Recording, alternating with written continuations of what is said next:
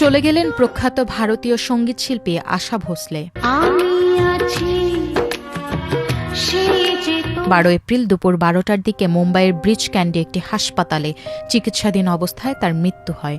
হৃদরোগ ও শ্বাসকষ্টজনিত সমস্যায় গত শনিবার তাকে হাসপাতালে ভর্তি করা হয়েছিল।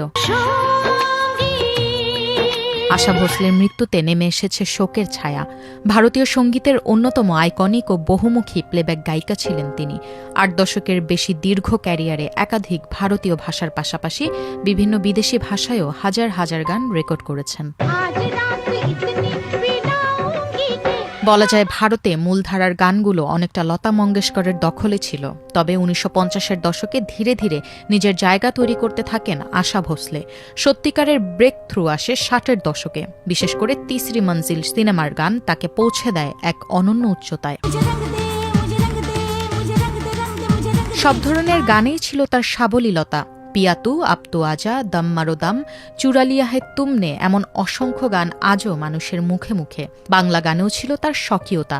চিরদিনই তুমি যে আমার, তুমি আমার নয়ন গো এর মতো অসংখ্য হিট গান তিনি দর্শকদের উপহার দিয়েছেন। আশা ভোসলের গাওয়া গানের সংখ্যা 12,000-এরও বেশি বলে ধারণা করা হয়, যা তাকে বিশ্বের অন্যতম সর্বাধিক রেকর্ড করা শিল্পীতে পরিণত করেছে।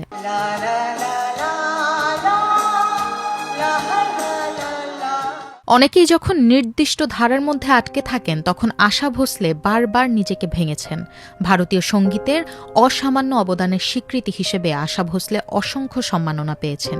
তিনি ভারতের সর্বোচ্চ চলচ্চিত্র সম্মান দাদা সাহেব ফালকে পুরস্কারে ভূষিত হয়েছেন।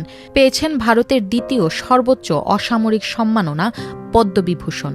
পাশাপাশি একাধিকবার জাতীয় চলচ্চিত্র পুরস্কার ও ফিল্মফেয়ার পুরস্কার জিতেছেন আশা ভোসলে। मेरे नसीब में था, मुझे मिला कि नहीं, क्योंकि मेरे नसीब में था। আশা ভোসলের খ্যাতি শুধু ভারতের মধ্যে সীমাবদ্ধ নয়, তিনি আন্তর্জাতিক মঞ্চেও পারফর্ম করেছেন।